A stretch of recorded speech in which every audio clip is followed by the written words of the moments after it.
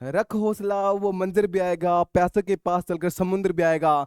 थक कर ना बैठ ए मंजिल के मुसाफिर, मंजिल भी मिलेगी और मिलने का मजा भी आएगा। हेलो नमस्कार दोस्तों, मैं हरीश यादव स्वागत करता हूं आपका कैरियर बनाओ यूट्यूब चैनल के ऊपर। आज अपनी ये जो सेकंड क्लास होने वाले है, इससे पहले मैंने फर्स्ट क्लास ले लिया है और मेरे से जस्ट पहले पूजा मैम की हिंदी की क्लास हो चुकी थी। ये क्लास आपके लिए जो टीचर भर्ती है, कोई भी टीचर भर्ती हो, जैसे कि अभी बीपीएससी में आ चुके हैं या सीटेट के हो या सुपर टेट के हो या डीएसएसबी में दिल्ली में जो भी भर्ती आती है, जो भी टीचर लेवल की जो भर्तियां आपकी, उन सब के लिए ये क्लासें आपके लिए, दोनों क्लासें आपके लिए चलाई जा रही हैं। तो आप इन क्लासों का अच्छे से आनंद उठाओ। ऐसे एज इट इज आपके क्वेश्चन पूछे जाने वाले हैं, क्योंकि आप लंबे समय से इन सब की तैयारी कर रहे होंगे और आपकी सीटेट की एग्जाम भी अभी 20 अगस्त को होने वाली है। तो उससे पहले आप अच्छे से तरीके से आपको प्रैक्टिस करके और जल्दी से जल्दी आप ना अपनी नौकरी को प्राप्त कर सकते हो। तो चलिए अभी करते हैं इस क्लास की शुरुआत। आज अपनी सेकंड क्लास होने वाली है और आपका क्वेश्चन ये रहा आपके सामने। निम्नलिखित में से किसे आधुनिक परमाणु सिद्धांत का जनक माना जाता है?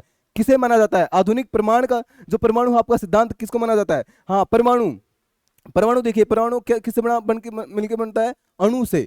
अणु से मिलकर क्या बनता है? परमाणु। और अणु क्या है, अपन विभाजित नहीं कर सकते, ये अविभाज्य क्या होते हैं? अविभाज्य कण होते हैं। इनसे मिलकर क्या बनता है? परमाणु बनता है। परमाणु के गुण होते हैं वो क्या होते हैं? समान। ये जो परमाणु के गुण आकार जो होते हैं वो क्या होते हैं? सभी के समान होते हैं। ठीक है, इसके अपन इसको ना तो अपन नष्ट कर सकते हैं, देखो ये चीज आप लिख लीजिए। क्या है कि परमाणु को अपन ना तो नष्ट कर सकते हैं, इसको नष्ट भी नहीं कर सकते, और ना नष्ट कर सकते और ना बना सकते हैं, उत्पन्न भी नहीं कर सकते। ठीक है, अब परमाणु, परमाणु के अंदर होते क्या क्या क्या क्या है? परमाणु के अंदर क्या क्या चीजें होती है पता है आपको? परमाणु किससे मिलकर बनता है? वैसे इसका लिख लीजिए आप, आधुनिक परमाणु का सिद्धांत का जनक वैसे लिख लीजिए, कौन है? John Dalton. वो आपका सेकंड क्वेश्चन में मैं करवाने वाला हूं, उसमें आ जाएगा वो। मैं कुछ बताने वाला था आपको। हाँ, निम्नलिखित में से किसने केवेंडियस प्रयोगशाला में काम करते समय 1932 में न्यूट्रॉन की खोज की थी? अब किसने की थी? देखिए, आपके नाभिक होती है, नाभिक के अंदर कौन कौन से होते हैं? एक तो होता है आपका न्यूट्रॉन और एक होता है प्रोटॉन। न्यूट्रॉन और प्रोटॉन कहां पे पाए जाते हैं? नाभिक के अंदर। अब इलेक्ट्रॉन होता है, इलेक्ट्रॉन होता है वो क्या है? नाभिक के बाहर घूमता है। अब ऐसे बताइए मेरे को कि जो आपका न्यूट्रॉन है, न्यूट्रॉन की खोज तो किसने की है? किसने की है भाई? जेम्स चैडविक ने न्यूट्रॉन खोज किया। अब न्यूट्रॉन होता कौन सा है? उदासीन होता है या ऋणात्मक होता है या फिर धनात्मक होता है? ये चीज मेरे को आप साथ साथ में ना बोलते रहा करो, आप लिखते भी रहा करो साथ साथ में, कि जो इलेक्ट्रॉन होता है वो उदासीन होता है। अब इलेक्ट्रॉन तो देखो आपका, इलेक्ट्रॉन में बोलूं तो ये क्या हो गया? ऋणात्मक हो गया। ऐसे मैं लिख देता हूं आपका थोड़ा सा। इलेक्ट्रॉन है, ये तो हो गया आपका इलेक्ट्रॉन। इलेक्ट्रॉन है वो क्या है? ऋणात्मक हो गया, ऋणात्मक। प्रोटॉन है वो क्या है? धनात्मक। यह आपका धनात्मक हो गया। उसके बाद में आपका न्यूट्रॉन है, न्यूट्रॉन हो गया उदासीन।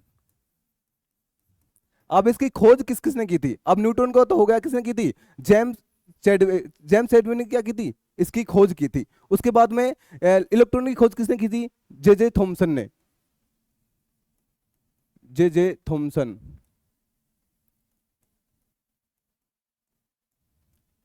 प्रोटॉन की खोज किसने की थी? अब प्रोटॉन को देखो नाम किसने दिया था, खोज किसने की थी, इसके अंदर काफी लोगों को कंफ्यूजन है पहले से ही। ठीक है, तो इसने किसने की थी? इसका आप रदरफोर्ड लिख लीजिए, रदरफोर्ड। रदरफोर्ड ने क्या है कि इसको नाम दिया था, बाकी इसकी खोज की थी ना वो चैडविक ने की थी।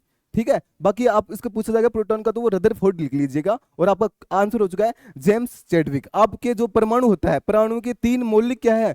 तीनों मौलिक कण है ये, 3 मौलिक कण है आपका। एक इलेक्ट्रॉन हो गया, एक प्रोटॉन हो गया, न्यूट्रॉन। 3 मौलिक कण होते हैं एक परमाणु के अंदर, ये तीनों कण पाए जाते हैं। ठीक है, आगे आ जाए अगला क्वेश्चन।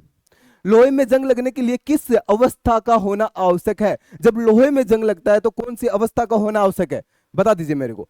इसमें क्या होता है कि लोहे लोहे में जंग किसकी वजह से लगता है? वायु और जो आपका जल होता है उसकी उपस्थिति में लोहे पे किसकी जंग लगती है? इसमें होता क्या है उस टाइम में? जंग पे होता क्या है भाई? आयरन ऑक्साइड की परत क्या है उसमें जम जाती है, भूरे रंग की आयरन ऑक्साइड क्या है? एक परत जमती है, उससे उसको बोलते हैं जंग।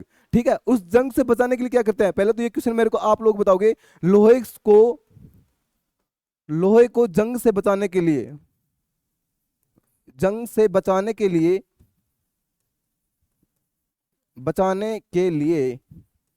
क्या किया जाता है? ये आप लोग मेरे को कमेंट बॉक्स में इसका आंसर बताना, या फिर साइड में अपनी कॉपी में लिख लीजिए। इसका क्या है?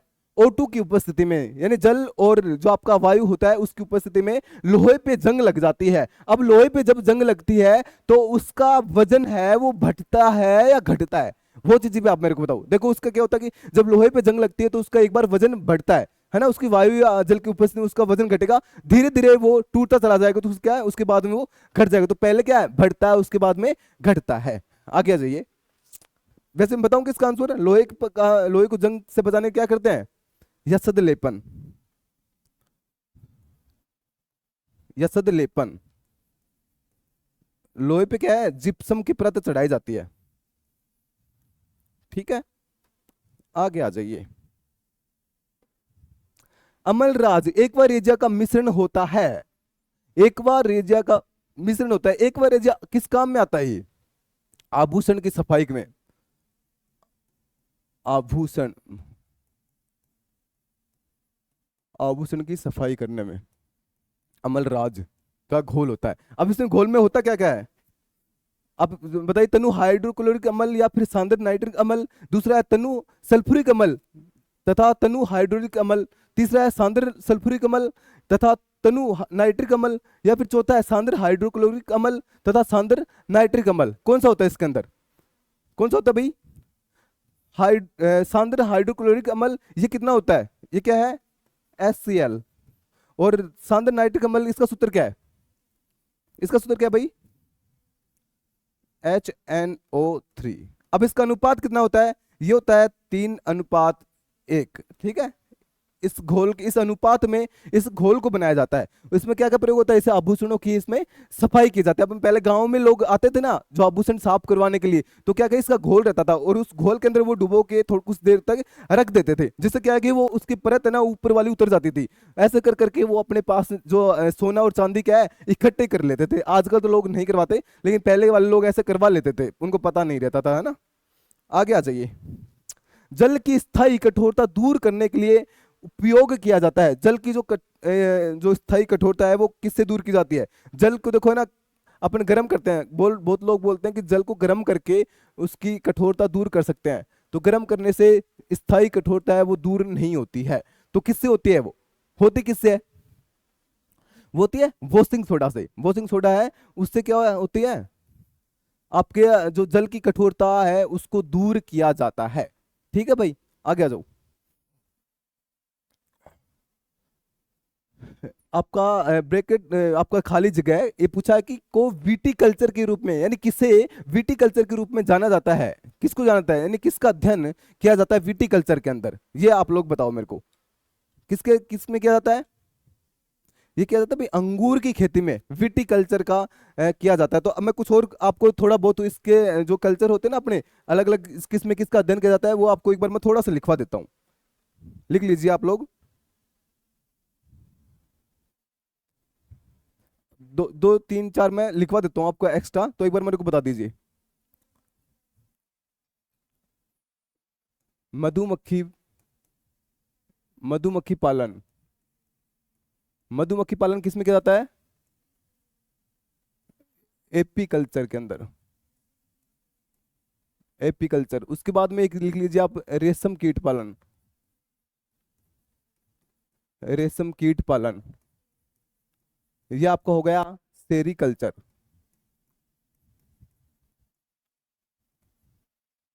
उसके बाद में लिख लीजिए आप मछली पालन। मछली पालन ये क्योंकि पूछा हुआ है भाई एग्जाम के अंदर, इनको आप साथ साथ में आप भी नोट करते रहना। ये है आपका पीसी कल्चर। उसके बाद में है सब्जी। सब्जी में किसका अध्ययन किया जाता है? ओलेरी कल्चर। ओलेरी कल्चर। देखो ना, सब्जी याद रख लो ना, वैसे बेचने वाले लोग आ रहे हैं तो ओ लेरी, ओ लेरी यानी वो सब्जी ले रही है क्या, है ना। सब्जी सब्जी क्या है इसमें? खेती, यानी सब्जी की खेती का अध्ययन किसमें किया जाता है? इसके अंदर ये सब्जी के लिए लिख लो खेती। उसके बाद में उसके बाद में फलों की खेती, फलों की खेती ये होता है। फलों की खेती क्या होता है ये आप लोग बताओ। देखो इसमें ना इसका वैसे याद रख लो फलों की, तो क्या होगा, फ्लोरिकल्चर।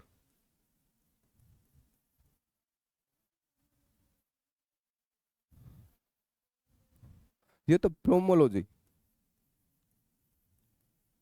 प्रोमोलॉजी है तो सॉरी। उसके बाद में फलों का, फूलों का है, फूलों की खेती, फूलों की खेती होती है, ये होता है फ्लोरिकल्चर। ये याद रखना, इसमें कंफ्यूज मत हो जाना। फ्लोरिकल्चर।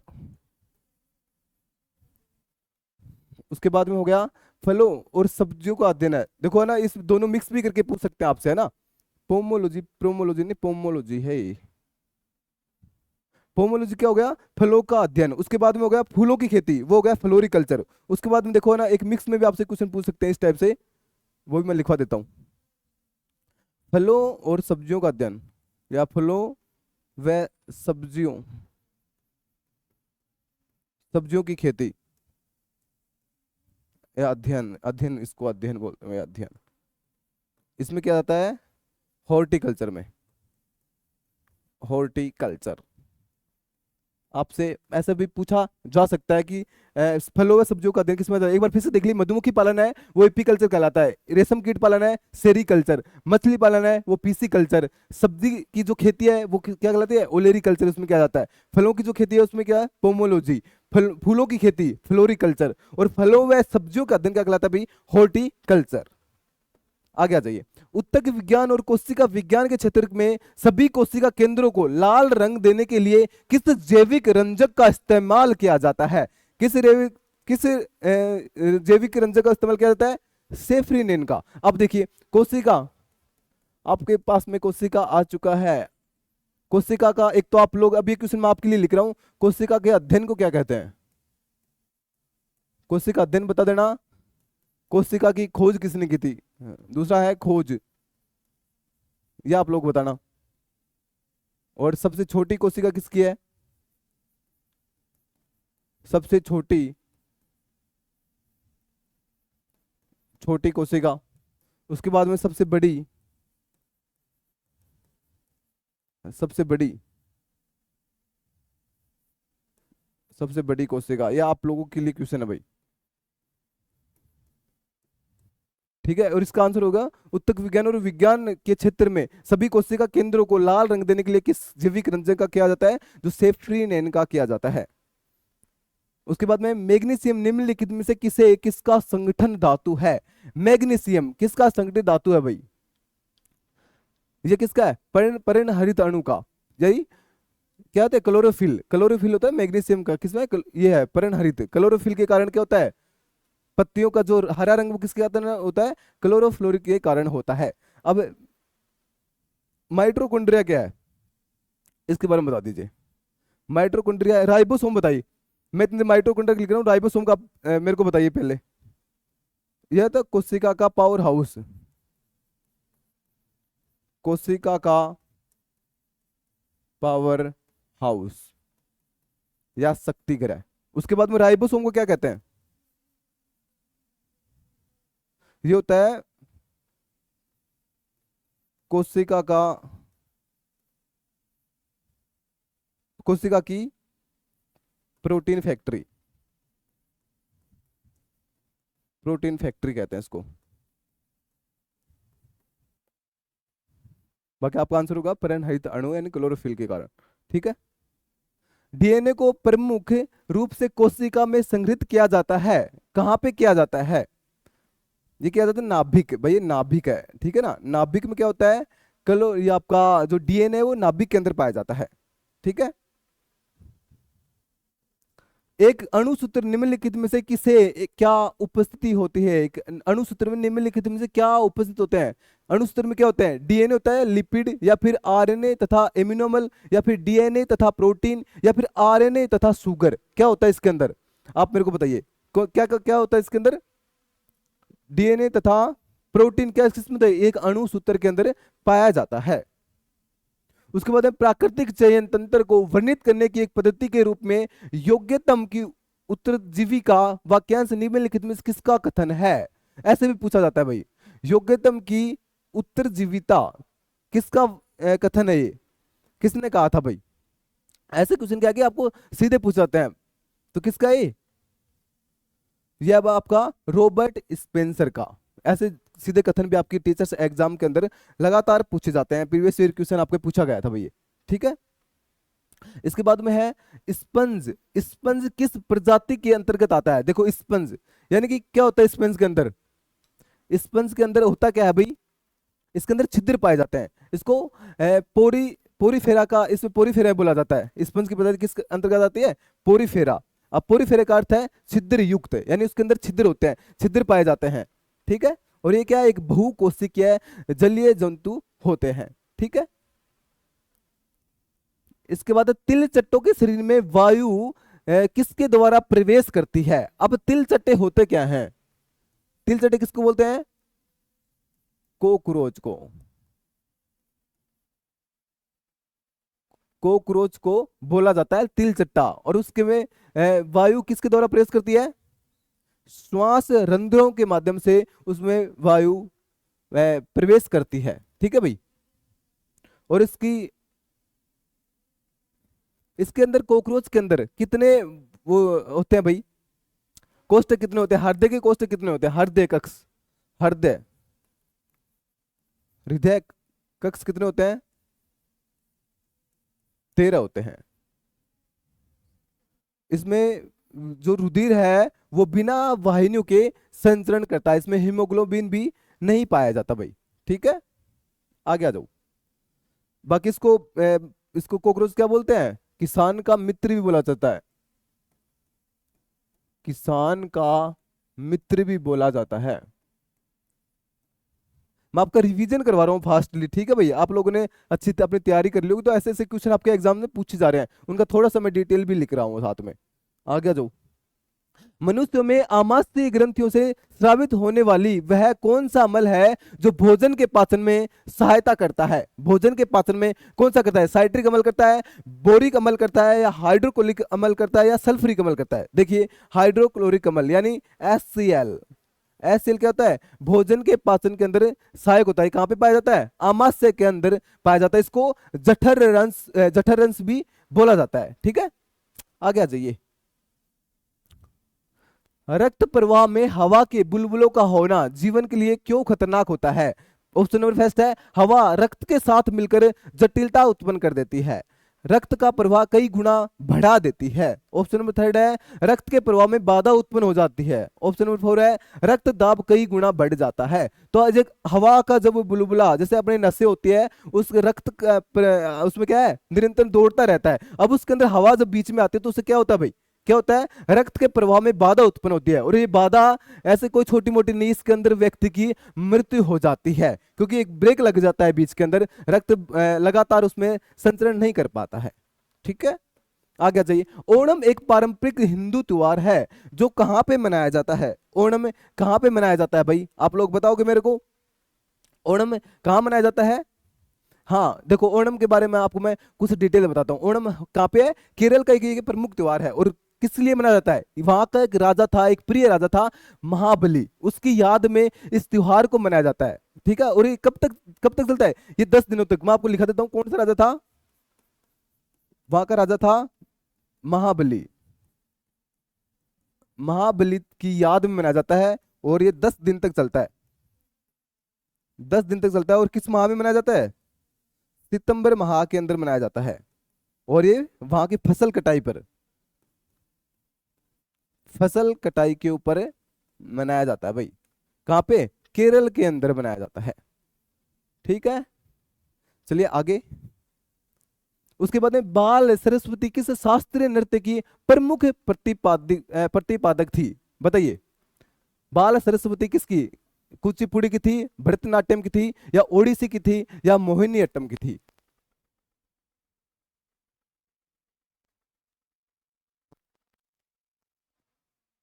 ये क्या कि अपने शास्त्रीय नृत्य। अब शास्त्रीय नृत्य होते कितने हैं वैसे? इसका आंसर बता दीजिए मेरे को एक बार।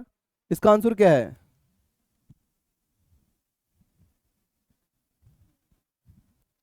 इसका आंसर क्या है? भाई बताइए मेरे को, क्या है भरतनाट्यम? भरतनाट्यम क्या है? ये बाल सरस्वती किस शास्त्र की थी? भरतनाट्यम की। अब ये भरतनाट्यम, वैसे आपके देखो शास्त्रीय नृत्य होते कितने हैं, वो देख लीजिए एक बार आप।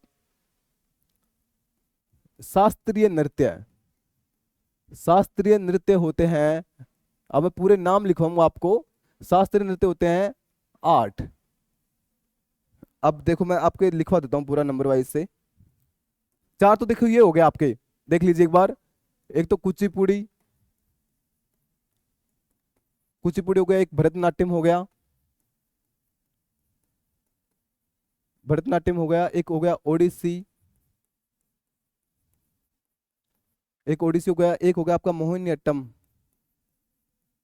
मोहिनी अट्टम हो गया, एक हो गया मणिपुरी हो गया, एक हो गया सत्रिया, और कौन सा है? एक हो गया आपका कथकली, और एक हो गया आपका कथक। ये कितने हो गए? 8 हो गए। अब ये होते कहाँ कहाँ पे, ये बताओगे? कुचिपुड़ी कहाँ पे होता है? कुचिपुड़ी कहाँ पे होता है? भरतनाट्यम कहाँ होता है? कुचिपुड़ी होता है आंध्र प्रदेश में। आंध्र प्रदेश में क्या होता है भाई आपका? कुचिपुड़ी। भरतनाट्यम कहाँ पे होता है? उड़ीसा कहाँ पे होता है? उड़ीसा का देख लीजिए, ये होता है उड़ीसा के अंदर, ये होता है उड़ीसा में। भरतनाट्यम हो गया आपका तमिलनाडु में। उसके बाद में आपका मोहिनीअट्टम ये कहाँ हो गया? ये केरल के अंदर है। उसके बाद में मणिपुर ये क्या हो गया? मणिपुर में। उसके बाद में सत्रिया हो गई असम में। आपके बाद कथकली, ये भी केरल के अंदर है। और एक कथक कहाँ पे? उत्तर प्रदेश या उत्तर भारत का, उत्तर प्रदेश या फिर आपका उत्तर भारत इसको बोला जाता है। ये आपके 8 शास्त्रीय नृत्य हैं। एक बार इसका स्क्रीनशॉट ले लीजिएगा आप। हरिप्रसाद चौरसिया का संबंध निम्नलिखित में से किस वाद्य यंत्र से है? हरिप्रसाद चौरसिया किस वाद्य यंत्र से है? इसका है बांसुरी से। इसको क्या है? इसको पद्म श्री और पद्म विभूषण भी मिला हुआ है भाई। हरिप्रसाद चौरसिया को क्या है? इनको पद्म विभूषण और पद्म पुरस्कार इसको दोनों मिले हैं। ठीक है, पद्म भूषण और पद्म विभूषण पुरस्कार दोनों मिले हैं। ये पूछा हुआ है क्वेश्चन आपके।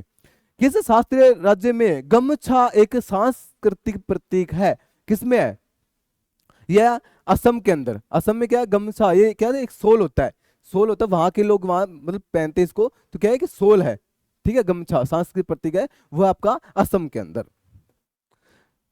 प्लेइंग इट माई वे पुस्तक के लेखक का नाम क्या है? क्या है? सचिन तेंदुलकर की, जो क्रिकेट के भगवान किसको माना जाता है? सचिन तेंदुलकर को। और इसके पुस्तक का नाम क्या है? इसकी आत्मकथा भी इसको क्या बोला जाता है? इसको देखो ना, कई चीजों से इसको नवाजा भी अभी जा चुका है भाई, है ना। इसको लिम्का बुक रिकॉर्ड के अंदर भी दर्ज किया जा चुका है। ये लाइन लिख लीजिए आप, क्या है? Limca, Limba book, Limca book, book record, record से क्या है? नवाजा गया, अब इसको नवाजा गया है। किसको? आपकी जो प्लेइंग इट माई वे पुस्तक है उसको।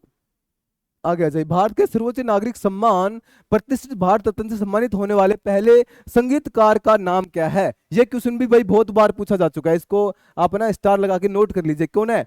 MS सुब्बुलक्ष्मी। आगे आ जाइए। अंतर्राष्ट्रीय बुकर पुरस्कार किस वर्ष स्थापित किया गया था? अंतर्राष्ट्रीय बुकर पुरस्कार है वो किस वर्ष स्थापित किया गया था भाई? 2005 के अंदर इसको स्थापित किया गया था। ठीक है, और अभी जो 2022 के अंदर किसको दिया गया है वो बता दीजिए मेरे को। अंतर्राष्ट्रीय जो बुकर पुरस्कार है उसकी शुरुआत तो हुई थी 2005 में, पर मैं पूछ रहा हूं आपको 2022 में किसे दिया गया है? इसको दिया गया है गीतांजलि श्री को, गीतांजलि श्री को। और क्यों दिया गया था? इसकी क्या रचना क्या थी, कृति क्या है इनकी? रेत समाधि। रेत समाधि के लिए क्या है इनको बुकर पुरस्कार, किसको? गीतांजलि श्री को 2022 में दिया गया। ये क्वेश्चन आपका करंटली पूछ सकते हैं। उसके बाद हॉकी के मैदान का जो आपका आयाम या फिर लंबाई या चौड़ाई कितना होता है? तो कितना होता है वो? 91.4 आपकी होती है लंबाई, और 55 मीटर क्या होता है आपका चौड़ाई। ये भी पूछा जा सकता है, क्योंकि बार बार इन चीजों के बारे में कई बार है ना, क्रिकेट के बारे में पूछ लेते हैं, कभी हॉकी के बारे में पूछ लेते हैं। तो हॉकी के बारे में आपको याद रखना है, क्योंकि हॉकी अपने भारत का राष्ट्रीय खेल है। ठीक है, हॉकी क्या है, राष्ट्रीय खेल अपना, राष्ट्रीय राष्ट्रीय खेल है। और हॉकी किससे संबंधित है, मेजर ध्यानचंद से, मेजर ध्यानचंद से, ध्यानचंद। मेजर ध्यानचंद जी के जन्म पे क्या मनाया जाता है, जन्म कब होता है इनका, इसका जन्मदिन आता है 29 अगस्त को। और 29 अगस्त को क्या मनाया जाता है, राष्ट्रीय खेल दिवस, राष्ट्रीय खेल दिवस मनाया जाता है। ठीक है, हॉकी के जादूगर कौन है, मेजर ध्यानचंद। आगे आ जाइए। इंडियन सुपर लीग आईएसएल एक चैंपियनशिप है, किसकी चैंपियनशिप है ये आपकी फुटबॉल की। ठीक है, फुटबॉल की चैंपियनशिप क्या है, आईएसएल। अब देखो आईपीएल, इसको देखो इंडियन सुपर लीग, देखो इसमें क्या है, ये आईपीएल, ये है इंडियन प्रीमियर लीग, इसको आईपीएल में इसको होता है, और इसके लिए है इंडियन सुपर लीग। ठीक है, ये आपकी T20 जो क्रिकेट होता है ना, उसी की भांति, उसी की तर्ज पे खेला जाता है। हम्पी को निम्नलिखित में से किस वर्ष यूनेस्को द्वारा विश्व धरोहर स्थल घोषित किया था। अब मेरे को बताइए ये हम्पी है कहाँ पे, और हम्पी का ये जो हम्पी है ये कितने रुपए के नोट पे, ये आप लोग बताओ मेरे को। जो हम्पी है वो क्या है, विजयनगर साम्राज्य था, विजयनगर साम्राज्य, साम्राज्य की राजधानी थी, राजधानी। अब विजयनगर साम्राज्य के जो शासक था कौन था, किसके द्वारा बसा गया है, यह है भाई हरिहर और बुक्का, हरिहर व बुक्का के द्वारा विजयनगर साम्राज्य की स्थापना की गई थी। और कब की गई थी, ये की गई थी भाई 1336। ठीक है, अब ऐसे बताइए हम्पी कहाँ पे है, कर्नाटक के अंदर। अब कौन से रुपए के नोट पे है ये बताया नहीं आपने अभी तक, कितने रुपए के नोट पे है हम्पी है, वो कितने रुपए के नोट पे है। तब तक मैं इसका आंसर बताता हूँ। हम्पी को निम्नलिखित में से किस वर्ष यूनेस्को द्वारा विश्व धरोहर स्थल में शामिल किया गया है, तो किस वर्ष किया गया था भाई इसको, 1986 के अंदर। और कितने रुपए के नोट पे है हम्पी, हम्पी है वो 50 रुपए के नोट पे है, 50 रुपए के नोट पे। ये आप इनको ना जो भी नोट पे देखो, 10 रुपए के नोट पे कोणार्क का सूर्य मंदिर हो गया, 50 रुपए के नोट पे क्या हो गया, हम्पी हो गया, 100 रुपए के नोट पे गया रानी की बाव होगी, 200 रुपए के नोट पे क्या है, सांची का स्तूप हो गया, 500 रुपए के नोट पे क्या है, लाल किला हो गया, 2000 के नोट पे क्या है, चंद्रयान हो गया। ठीक है, इन सबको आपको याद रखना है भाई, पूछा जा सकता है। ठीक है, आगे जाओ। उड़ीसा बिहार से पृथक कब हुआ था, उड़ीसा बिहार से, यानी पहले ब्रिटिश ब्रिटिश काल की बात है। देख क्या है कि पहले ब्रिटिश काल में उड़ीसा और बिहार, देखो बंगाल के अधीन थे ना पहले, उसके बाद में अलग किया गया था, तो उसके बाद में बिहार पूछ रहे, बिहार फिर उड़ीसा से कब हुआ था, ये था 1936 के अंदर। ठीक है, पूछ सकते हैं बिहार से आपका। उसके बाद में फरवरी 2023, यानी आपका ये करंटली क्वेश्चन में मैं लेके आया हूं, फरवरी 2023 में 7 वर्षीय प्रिंस किस देश के पहले डिजिटल नागरिक बन चुके हैं, तो किस देश के थे, भूटान के। अब इसमें क्या था, इसमें क्या था, डिजिटल कैसे बने, डिजिटल कैसे बने थे भैया, ये नेशनल जो भूटान नेशनल डिजिटल आइडेंटिटी, यानी कि क्या है, एनडीआई, एनडीआई, यानी डिजिटल रूप से अपने आप को इन्होंने कुछ साइट वगैरह लॉन्च की थी, मोबाइल वॉलेट था, उसके अंदर इसने क्या है, सबसे पहले इसने अपना नाम दर्ज करवाया था, वहां के पहले नागरिक बने थे। तो कौन थे वो, भूटान, किस देश का है, भूटान का। 7 वर्ष, यानी 7 वर्ष का एक बच्चा है भाई। ठीक है,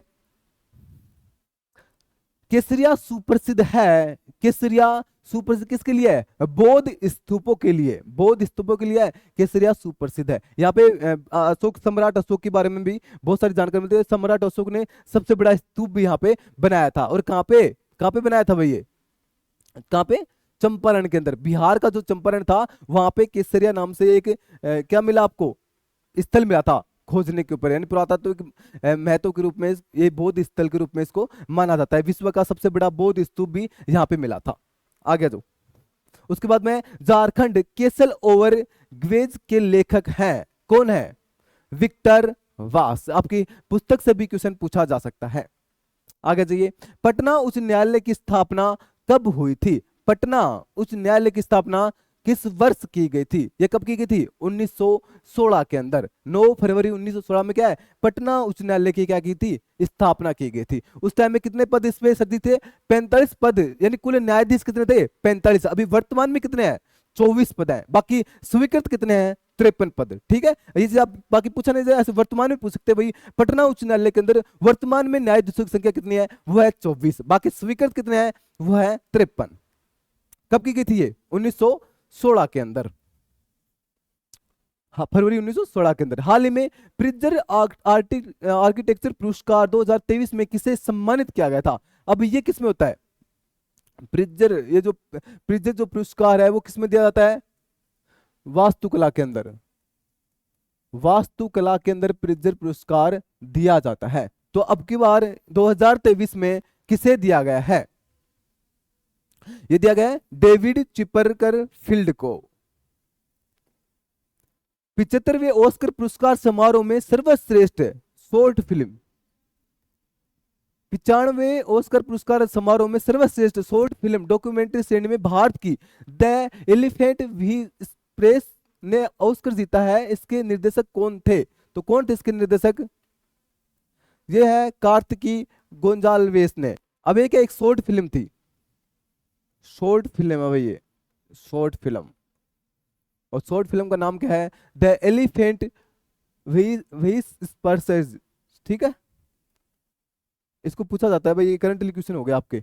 हाल ही में किस राज्य सरकार ने पथश्री रास्ता की योजना, पथश्री या रास्ता श्री की, देखो दो है इसमें, पथश्री या रास्ता श्री की योजना है, उसकी घोषणा की है? तो किसने की है? पश्चिम बंगाल ने। इसमें क्या है?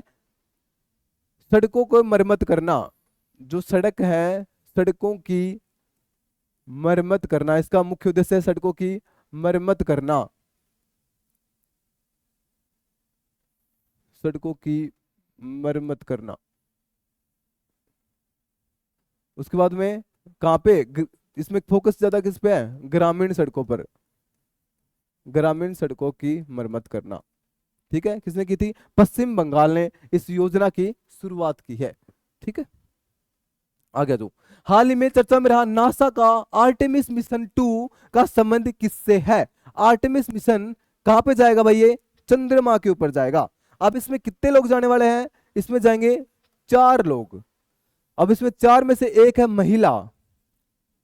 अब उस महिला का नाम आपसे पूछा जा सकता है, तो महिला का नाम क्या है वो मेरे को आप लोग बताओ।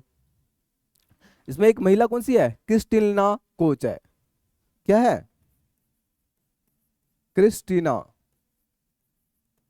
क्रिस्टीना कोच उस महिला का नाम है। वो एकमात्र इस 4 लोगों के अंदर वो एक महिला उनके साथ में जाने वाली है। और कब जाएगा ये? जाएगा कब? आर्टेमिस मिशन है वो, आप लोग मेरे को बताओ भाई कब जाएगा ये? 2024 के अंदर जो चंद्रमा का अध्ययन करने के लिए नासा के द्वारा एक आर्टेमिस मिशन भेजा जा रहा है। ये मिशन क्या है? चंद्रमा के चक्कर लगा वहां की जो देखेगा कि वहां पे जीवन वगैरह, देखो ना बहुत सारी खोज चलती रहती है नासा के द्वारा, तो उसमें से क्या 4 लोग भेजे जा रहे हैं। और वो 4 लोगों में एक क्वेश्चन आपसे पूछा जाता है कि इसमें महिला कौन है, तो वो क्या होगी? क्रिस्टिना कोच हो गई आपकी। ठीक है भाई। उसके बाद अप्रैल 2023 में WHO ने किन 2 देशों को मलेरिया मुक्त घोषित किया है? अप्रैल, अभी लेटेस्ट आपका क्वेश्चन है अप्रैल 2023 का। ये क्वेश्चन आप पूछ सकते हैं भाई, अप्रैल 2000 क्या है इसमें? मलेरिया मुक्त घोषित किया है। तो किसको किया है? अजरबैजान और तजाकिस्तान को इसमें मलेरिया मुक्त घोषित कर दिया गया है। भारत को मलेरिया मुक्त कब घोषित किया था? भारत मलेरिया मुक्त कब हुआ था भाई? ये मलेरिया मुक्त, भारत मलेरिया मुक्त कब हो चुका था? नहीं, कब होगा? कब लक्ष्य रखा गया है भारत ने? भारत ने रखा है 2027 तक का लक्ष्य रखा है। भारत पोलियो मुक्त कब हुआ था?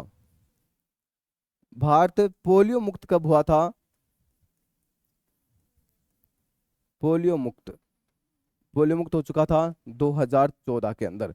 अभी मलेरिया मुक्त होने के लिए भारत ने लक्ष्य रखा है कि 2027 तक, पहले 2030 था लेकिन 2027 तक भारत ने लक्ष्य रखा है कि वो मलेरिया मुक्त हो जाएंगे, अपन मलेरिया पे नियंत्रण पूरी तरीके से कर लेंगे। उसके बाद में आपका असीम प्रेम और समय देने के लिए आपको तहे दिल से धन्यवाद। ठीक है, ऐसे ही आप लगातार वीडियो के अंदर बने रहना।